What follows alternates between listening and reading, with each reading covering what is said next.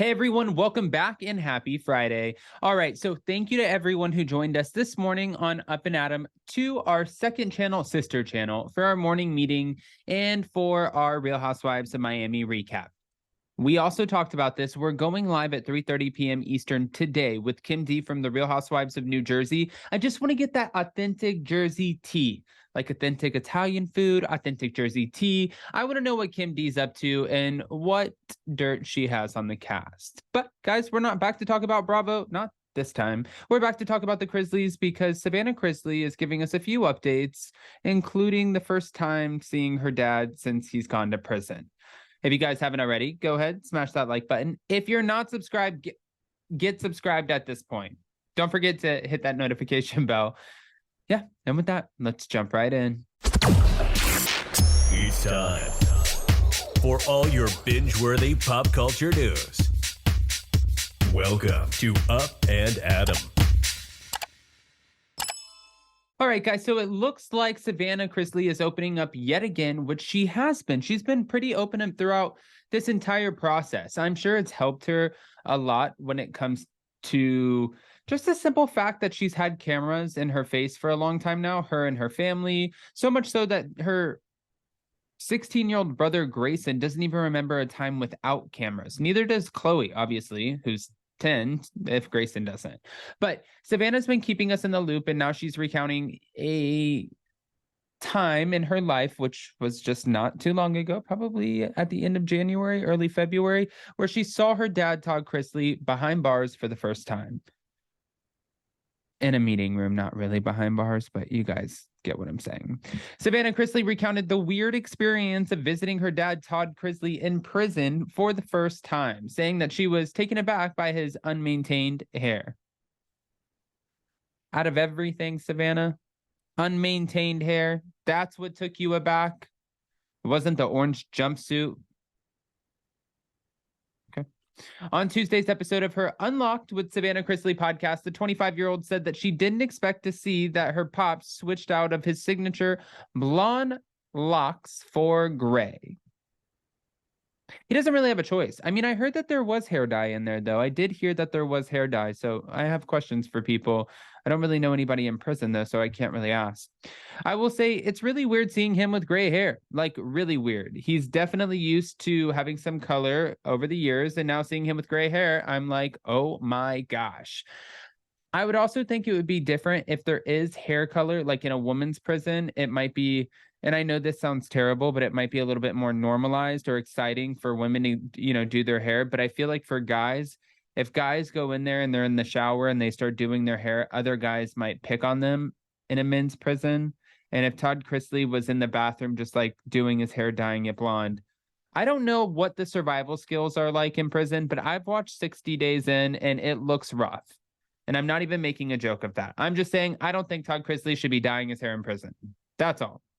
Savannah, who is being left to raise her brother Grayson, again 16, and Chloe, who is 10, while her parents Todd and Julie are serving their sentences in prison, says that she has so much hope for the future after visiting her parents behind bars. She said, "I never felt the presence of Jesus more than I have in that visiting room. Even visiting my dad, like I know I have so much hope and so much restored strength that I'm like, this isn't the end."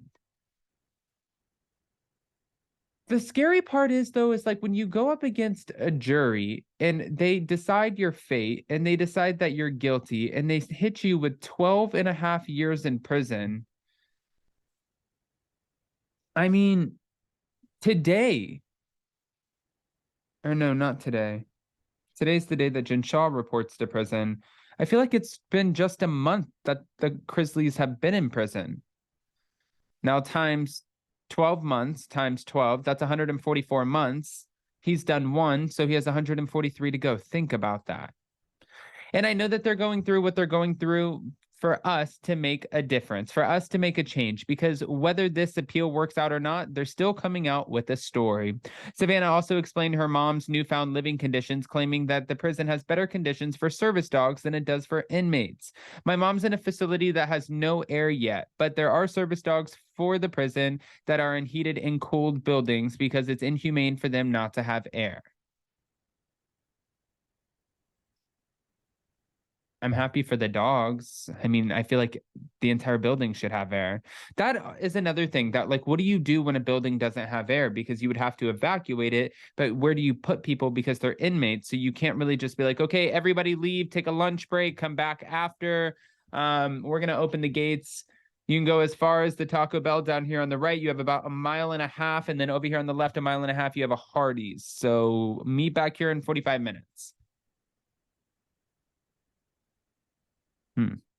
I read an executive order that President Joe Biden signed that said all federal inmates must be housed in environmentally friendly facilities. And I'm like, okay, well, this is completely opposite of that. The Chrisleys were sentenced to a combined 19 years in prison for fraud and tax evasion in November. As we know, Todd last month began his 12-year sentence at federal prison camp Pensacola, while Julie is spending the next 7 years, 2.5 hours away at federal correctional institution and federal prison camp Mariana. She will also serve, both of them will serve 16 months of probation. We've also had this discussion, and I think it's because she's not talking about it as much, but I feel like Savannah is constantly talking about going and seeing.